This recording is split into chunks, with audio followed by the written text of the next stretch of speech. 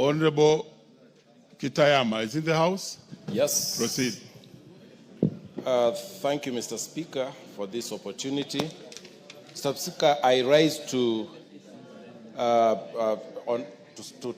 read the petition, public petition number 10 of 2025, titled Resettlement of the Kuria People in Their Ancestral Land in Moyoi, Transmara, Narok County.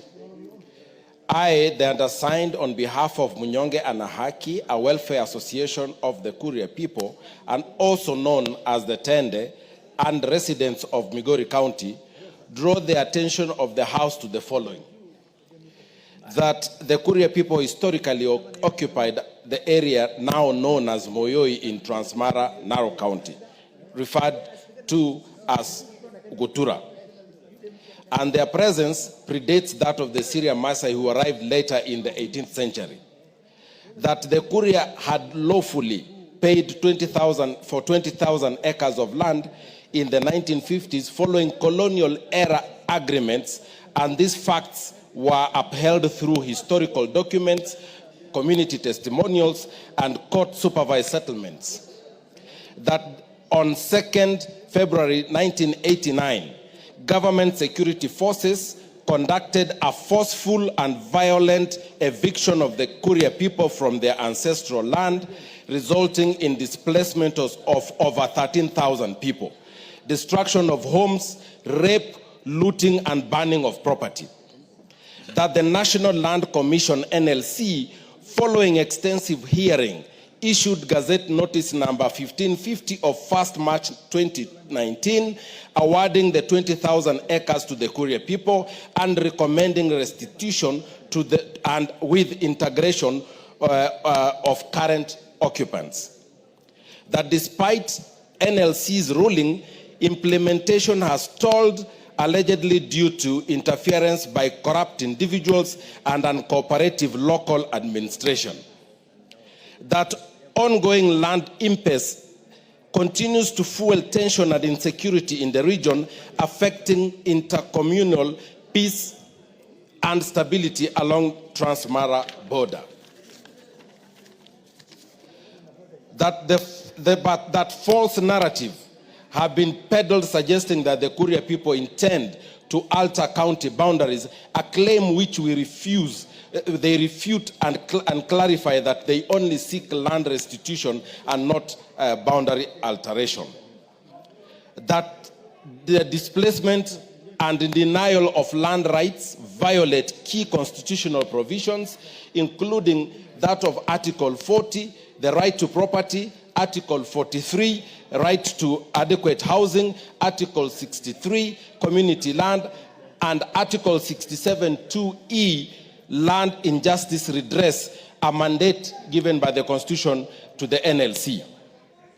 That the Kuria people continue to suffer in informal settlement and slums, lacking access to proper shelter, livelihood, and dignity despite the government's obligation to protect their rights.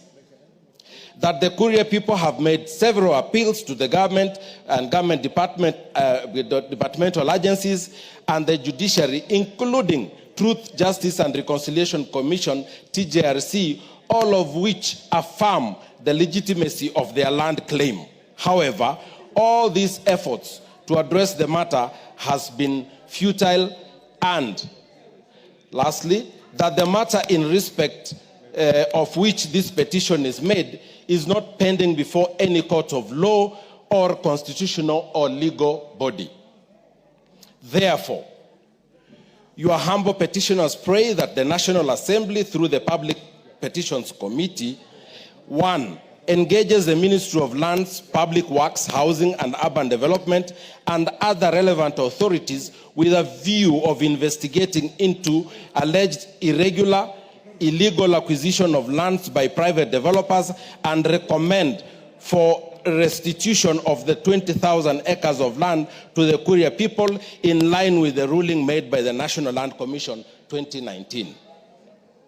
2, recommend for cancellation of irregular land titles and resurveying of the area to enable proper land adjudication and settlement of all rightful claimants. And 3, recommend that the affected Kuria families be verified, resettled, and adequately compensated, and that resources be allocated to facilitate their dignified return.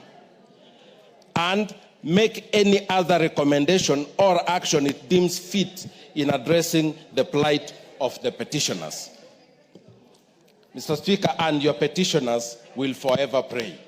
Thank you very much, Mr. Speaker. The Honorable Robert Mbui, you want to speak on this petition? Proceed.